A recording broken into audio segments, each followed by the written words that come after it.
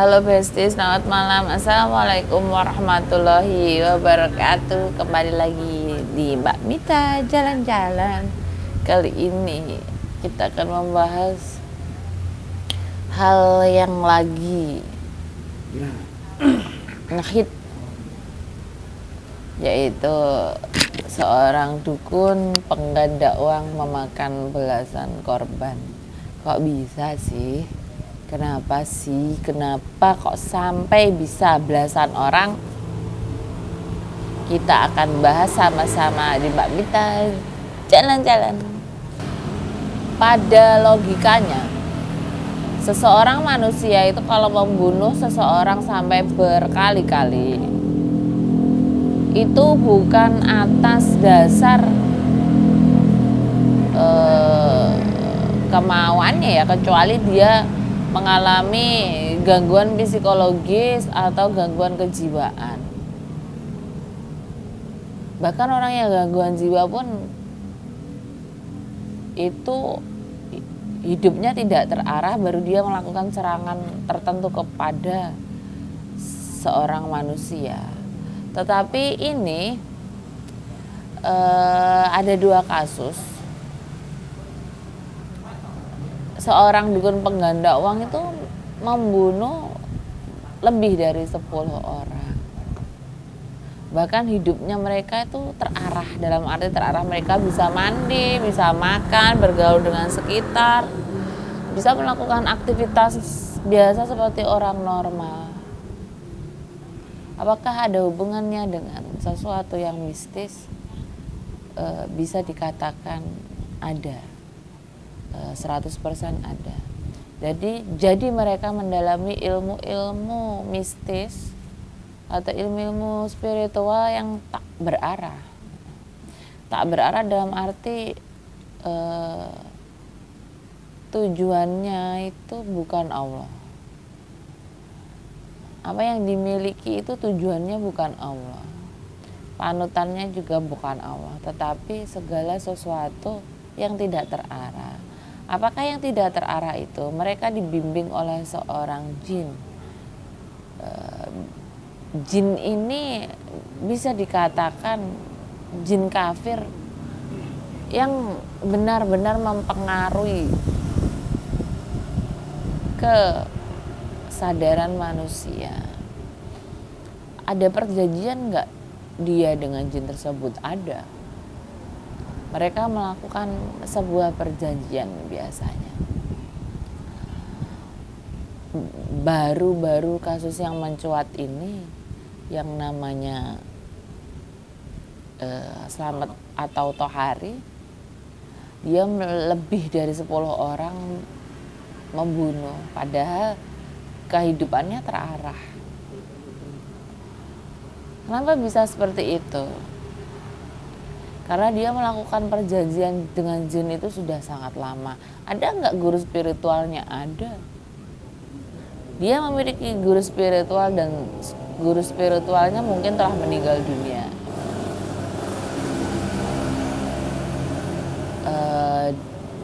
Dia indigo nggak indigo? Dia belajar sesuatu tersebut sudah sangat lama. Akhirnya dipergunakan untuk hal-hal yang tidak berkenan. Seperti apa? Merayu manusia dengan melipat gandakan uang. Logikanya, jika manusia normal dan waras, ayo ke tempatku, kita gandakan uang 5 juta jadi 10 juta. Itu kalau manusia normal berlogika itu, kalau tidak ada usaha, umpama ayo kita buka angkringan atau kita buka ini, nanti dapat penghasilan seperti ini, tanam saham seperti ini, tiba-tiba ayo kita gandakan uangnya, tiba-tiba mau, itu kan sebenarnya tidak masuk akal. Kenapa kok bisa mau? Apakah manusia itu di bawah pengaruh sihir? Ya, mereka di bawah pengaruh sihir. Jadi yang sudah berkenalan dengan Slamet atau Tohari itu dengan satu kali tatapan mata saja dia bisa dalam pengaruhnya selamat. Jadi apa yang dikatakan Slamet dia percaya gitu. Dan disitulah nanti eh, si S ini mengambil keuntungan. Kok bisa tega? Bisa. Karena apa? Si S ini bukan sepenuhnya jiwanya manusia, tapi sudah dikuasai oleh jin kafir atau sebangsa iblis. Dia meminta tumbal manusia dengan cara tipu muslihat seperti itu. Ada nggak Mbak selain mengadakan uang dengan cara seperti itu? Ada. Dengan cara apa? Modus pelarisan. Bilangnya pelarisan, tapi belakangnya apa? Memakai tumbal seorang manusia. Seperti itu. Ada nggak mereka keyakinan terhadap Pak Slamet? Ada. Karena apa? Pak Slamet itu sudah terkenal adalah seorang dukun atau seorang spiritual. Banyak nggak yang ke Pak Slamet? Banyak. Dia dipercaya seperti itu. Bukan hanya mengandalkan uang, mungkin penyembuhan secara spiritual lainnya. Tetapi lama-kelamaan jin itu haus darah, haus manusia, haus darahnya manusia. Itu loh.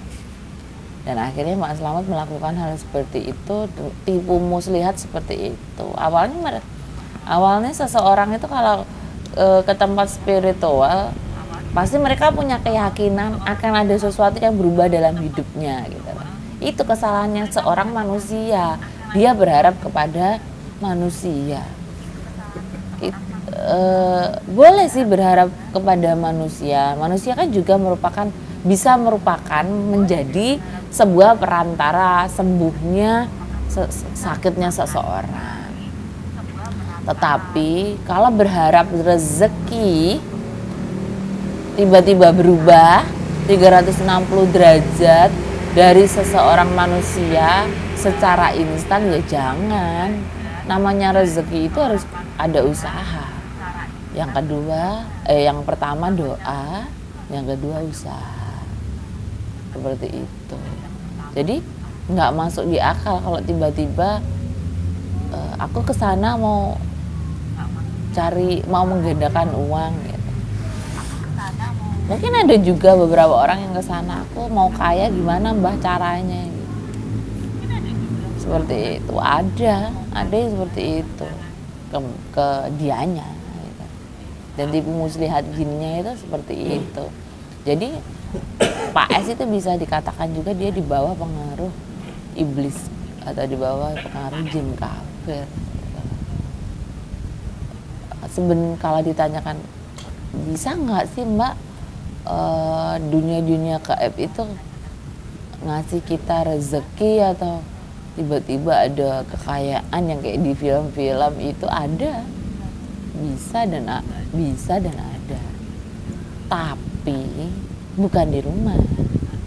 Contohnya kamu melakukan perjalanan ke gunung kayak gitu, tiba-tiba nanti di gunung kamu menemukan sebongkah emas. Lah di situ itu emas beneran enggak? Seperti itu. Itu biasanya adalah perwujudan dari jin-jin yang mau merayu manusia. Seperti itu. Kalau dibawa pulang meminta sesuatu enggak? Pasti minta. Gitu. Sekelas manusia normal aja, kalau kita melakukan sesuatu kita pasti pamrih. Contohnya kita kerja buat apa? Cari uang, seperti itu. Apalagi jin yang notabene dia memang diusir dari surganya Allah kan, diusir dari surganya Allah, makanya dia berbuat onar di alam dunia. Pasti dia juga kalau kamu meminta sesuatu atau memancing sesuatu, dia meminta sesuatu juga. Apalagi sesuatunya yang mampu merubah kehidupanmu, pasti dia akan juga meminta sesuatu kepada kehidupanmu. Pertaruhannya apa dulu? Seperti itu. Itu adalah tipu muslihatnya jin kafir. Maka dari itu ya nggak ada namanya kaya instan. Kalau mau kaya ya berdoa, bekerja.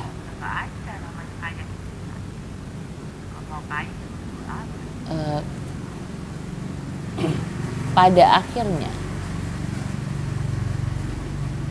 Pak S ini kan akhirnya mengakui, walaupun mengakui kan wajahnya kelihatan nih kayak nggak bersalah kayak gitu. Karena apa, dia tubuhnya itu dikuasai oleh seperti itu. Kalau dibersihkan gimana Mbak, bisa nggak? Bisa. Kalau ada spiritual yang mau membersihkan dia itu bisa, tapi nanti jiwanya akan kalah biasanya. Kalau nggak dia sakit ya jiwanya terguncang karena sudah menyadari kalau dia membunuh orang sebanyak itu. Kalau manusia normal itu nabrak kucing aja kembali.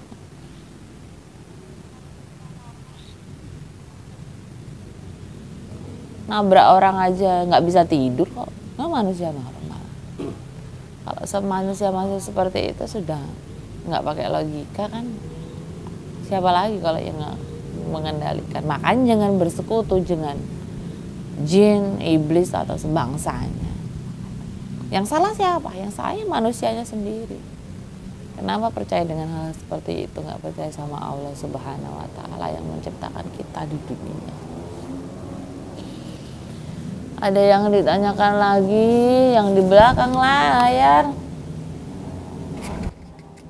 Mau tanya Mbak, sampai saat ini kan sudah ditemukan 11 atau 12 mayat. Apakah mungkin masih ada mayat lagi yang masih terpendam belum diketemukan oleh pihak yang berwajib? Masih ada mayatnya, belum ditemukan sama dia. Bang, ya coba semoga bisa diketemukan. Kira-kira lokasinya masih di sekitaran situ atau tempat lain? Masih di sekitaran situ. Terus pasien-pasien itu loh Mbak, kok mudah sekali percaya sama Mr. S. Itu gimana itu prosesnya? Ya, kan tadi sudah dibilang. Mereka itu di bawah pengaruh sihir juga. Jadi Mr. S itu memang punya pengaruh sihir gitu loh. Ibarat kayak bahasa yang mudah itu kayak gendam, kayak gitu. Kan tempatnya korban-korban itu kan jauh dari Mr. S. Itu bisa Enggak jauh. Jauh-jauh teman, ada yang dari Maksudnya rumahnya korban. rumahnya korban. Kan jauh dari Mr. S itu. Kok bisa terpengaruh ikut Mr. S itu lo gimana gitu? Orang spiritual itu kan kalau biasanya terkenalnya kan memang dari yang jauh-jauh, dari mulut ke mulut, dari mulut ke mulut. Nanti mungkin awal mulanya dia ke situ sih bukan untuk ngadain uang. Awalnya konsultasi apa dulu, terus cocok kembali ke situ lagi, terus baru dirayu untuk menggandakan uang, seperti itu. Terus kalau sudah masuk dalam perbincangan dia, ngomong dengan dia, itu nanti kan ada semacam kayak ilmu yang gendam, jadi semacam ilmu yang membuat sang korban itu percaya sama sang pelaku. Itu nggak loko-loko, karena apa? Dia nggak bisa bicara pun, bicaranya biasa-biasa aja ya bisa langsung percaya. Nggak kayak sales pun ya langsung percaya, karena apa? Punya ilmu pengasihan itu tadi. Seperti itu. Ilmu pengasihannya itu dari mana? Ya dari jin itu.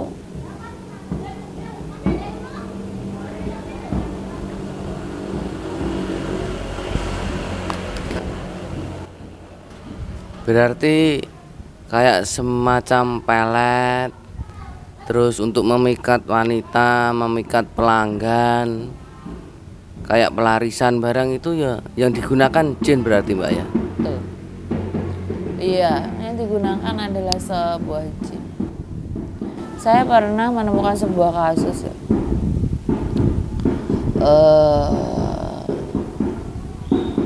Orang ini ceritanya punya pedagang. Awalnya pedagang biasa terus jadi kaya raya. Tiba-tiba anaknya itu di umur lulus SMA. Tiba-tiba gila, terus sering ngamuk, dibawa ke RSJ, diobatin masih ngamuk lagi, dibawa ke obat ngamuk lagi. Padahal dari kecil sampai SMA nggak kenapa-napa. Terus akhirnya dibawa ke spiritual, nggak sembuh. Dibawa ke dokter, terus akhirnya minum obat ketergantungan, terus karena ketergantungan terus kan akhirnya dia semakin kayak orang gangguan mental gitu. Jadi kalau nggak minum obat dia mengamuk. Kok bisa seperti itu? Saya mempelajarinya itu kurang lebih hampir seminggu. Saya suruh pulang orangnya. Setelah itu 1 minggu kemudian saya sampaikan ke saudaranya, saya suruh kembali ke rumah saya. Saya suruh kembali, saya akhirnya bertanya sama beliau. Ibu dulu pernah naik gunung ya, nyari pelarisan. Gunung mana? Saya baru mengucapkan sepatah kata itu, dia nangis sejadi-jadinya. Ternyata dia melakukan pelarisan itu di gunung daerah sekitar Tuban kalau nggak salah saat itu, lupa saya, Tuban kalau saya nggak salah. Dia itu terus saya tanggap, akhirnya saya tanyakan prosedurnya itu kalau naik ke dukun kenapa, ngapain aja gitu. Ternyata setiap 35 hari atau selapan dia itu harus ke sana, bawa 1 ayam jago, panggang jago kalau nggak salah. Terus darahnya dibelah di sana, habis itu dipanggang di sana atau gimana nggak tahu aku. Pokoknya ke sana itu dia selamatan setiap 35 hari. Sampai pada akhirnya kan manusia itu nggak bisa konsisten ya. Konsistennya manusia itu pasti tetap ada celahnya, dia lelah ya. Akhirnya dia tuh saat itu tiba-tiba lelah, nggak ke sana lagi. Setelah dia nggak ke sana itu akhirnya lah anaknya mulai gila. Kembali lagi ke S. Polisi nanti akan menemukan lagi banyak jasad yang meninggal ya. Bukan seharusnya, polisi sih pasti punya spiritual ya di sana. Coba aja dicari masih di sekitaran situ, pasti ada yang terpendam.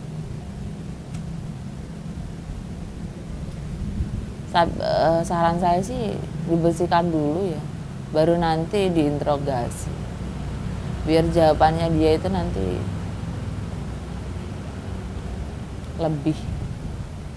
lebih terarah kayak gitu.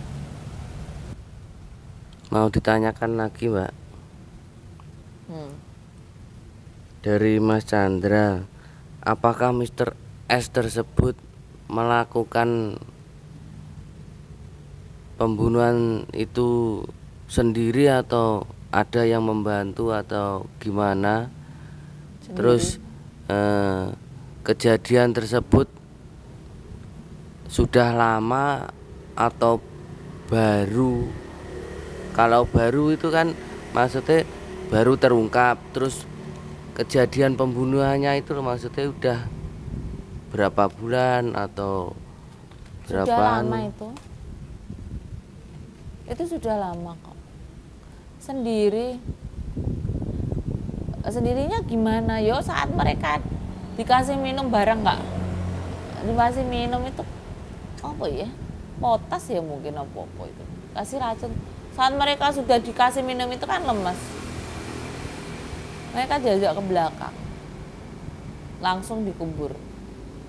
Nggak sadarkan diri langsung dikubur. Seperti itu. Jadi ada kondisinya pingsan gitu. Kubur. Berarti proses membunuhnya Mr. S itu harusnya istrinya tahu lah. Istrinya tahu tuh dalam arti kenapa sih dia nggak nanyain Pak lah yang kesini tadi di mana? Kan ke belakang sama bapak. Kan saya kan menanyakan. Tapi kenapa? Ya dia pernah, istrinya pernah bertanya seperti itu. Cuman ini orang galak banget. Jadi istrinya tuh nggak berani main-main sama dia.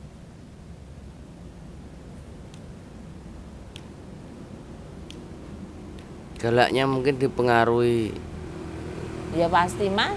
makhluk sakral itu Orang Mbak itu ya. kalau dipengaruhi jin kafir kayak gitu pasti. Kok Mr. S? Mana kok Mr. S? Abdi Negara itu kalau cari apa namanya pegangan ada isinya. Isinya itu makhluk goib besar yang galak itu. Nanti galak orangnya juga.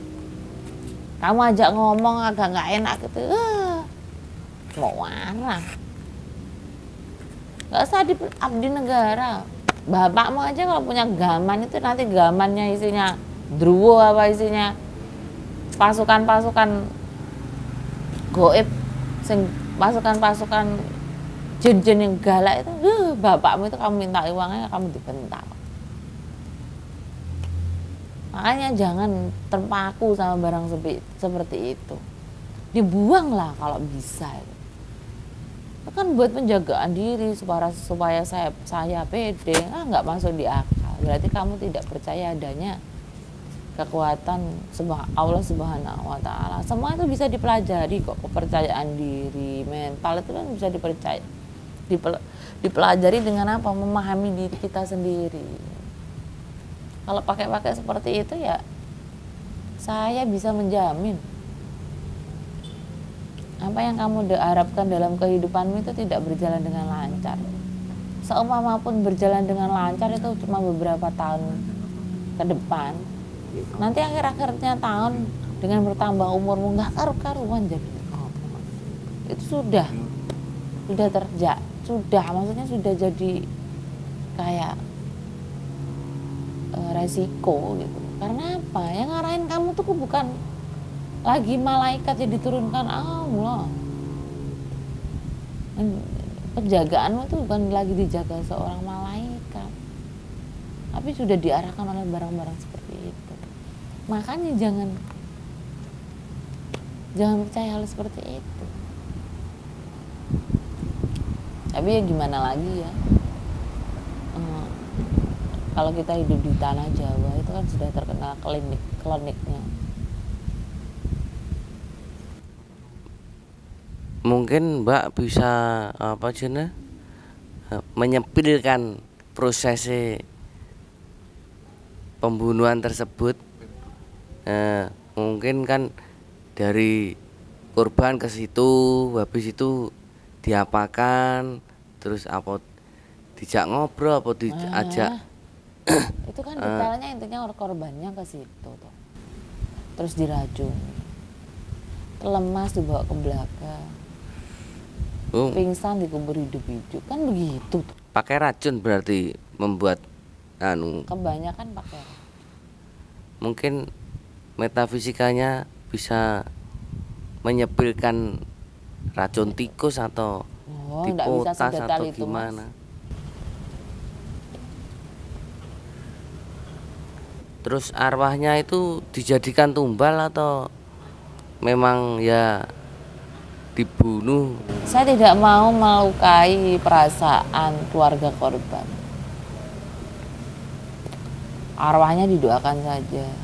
semoga diterima di sisi Allah. Ini Mas Yudo mau tanya Mbak, apakah wujud genderuwo, kuntilanak, pocong itu sama seperti film-film horor itu? Lebih mengerikan lagi. Lebih mengerikan lagi. Bisa menggambarkan seperti Gak iso apa? nggambar aku. Engko Maksudnya enak-enak sing iso nggambar kon gambar. memberikan gambaran seperti ini loh, seperti ini gitu. Ini genderuwo yang pernah paling saya lihat paling mengerikan itu ya. Itu ada yang kepalanya 4. Kok bisa kawan? Jadi dia punya kepala, tapi di sini ada kepala, di sini ada kepala, di sini ada kepala. Oh, besar. Cuman pakai apa ya? Kayak kutang pendek kayak gitu.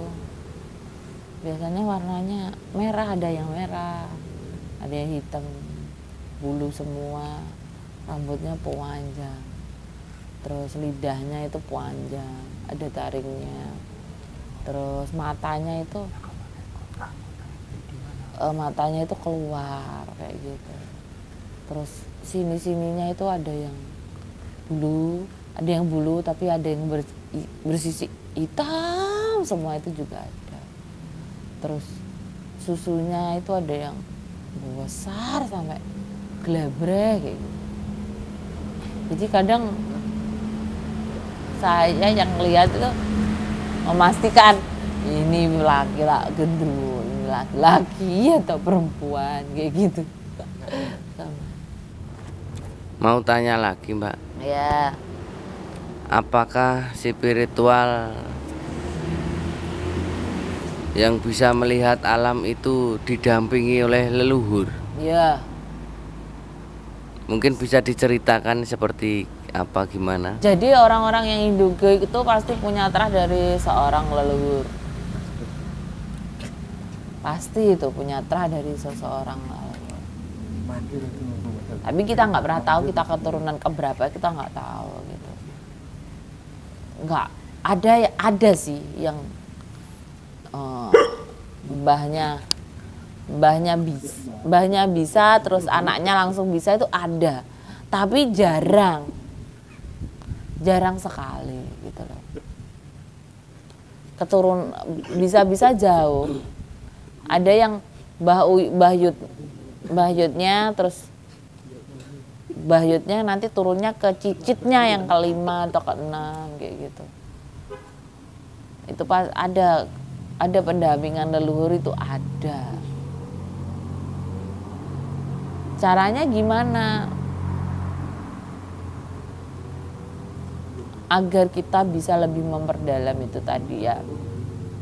Selain dari memahami diri kita sendiri, memperkuat iman, menata kehidupan kita, leluhur itu biasanya akan mendampingi kita, akan bersanding dengan kita dengan tepat itu saat kesiapan mental kita itu sudah siap. Saat kedewasaannya kita, kesiapan mental, kejiwaannya kita itu sudah siap, maka mereka itu akan dengan sendirinya mendampingi kita. Saya akan jelaskan sekalian, Mbak, biar tahu bedanya leluhur sama makhluk-makhluk jin-jin yang menyerupai leluhur itu apa. 1, leluhur itu tidak akan pernah menyebutkan dirinya siapa. Itu yang pertama. Dia tidak akan pernah membuka jati dirinya. Umpama contohnya, saya adalah Patih Gajah Mada gitu. Dia tidak akan pernah mengatakan dirinya bahwa saya adalah Patih Gajah Mada. Tidak akan pernah. Seorang leluhur tidak akan pernah.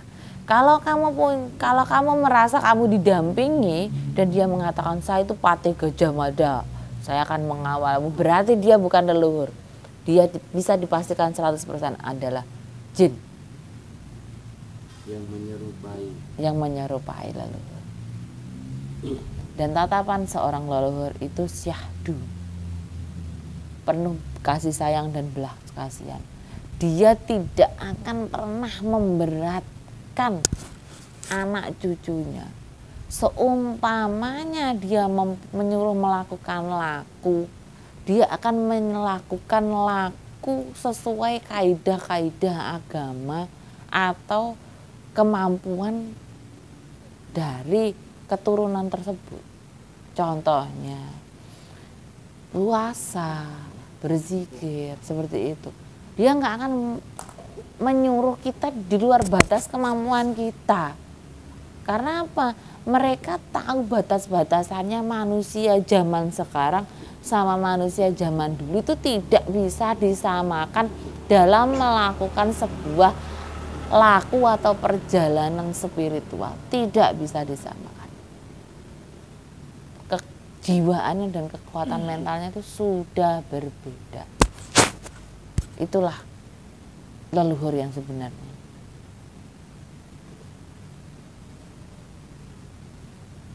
Jadi kalau ada yang mengatakan saya adalah mbah ini, saya pastikan dia bukan leluhur, tapi dia adalah jin yang menguasai dirimu. Itu aja, sekian di Mbak Mita Jalan-Jalan, semoga bermanfaat dan mohon maaf jika ada salah kata ataupun hal-hal yang tidak berkenan bagi para the bestie semuanya. Wassalamualaikum warahmatullahi wabarakatuh. Sampai ketemu. Jangan lupa like, komen, dan subscribe.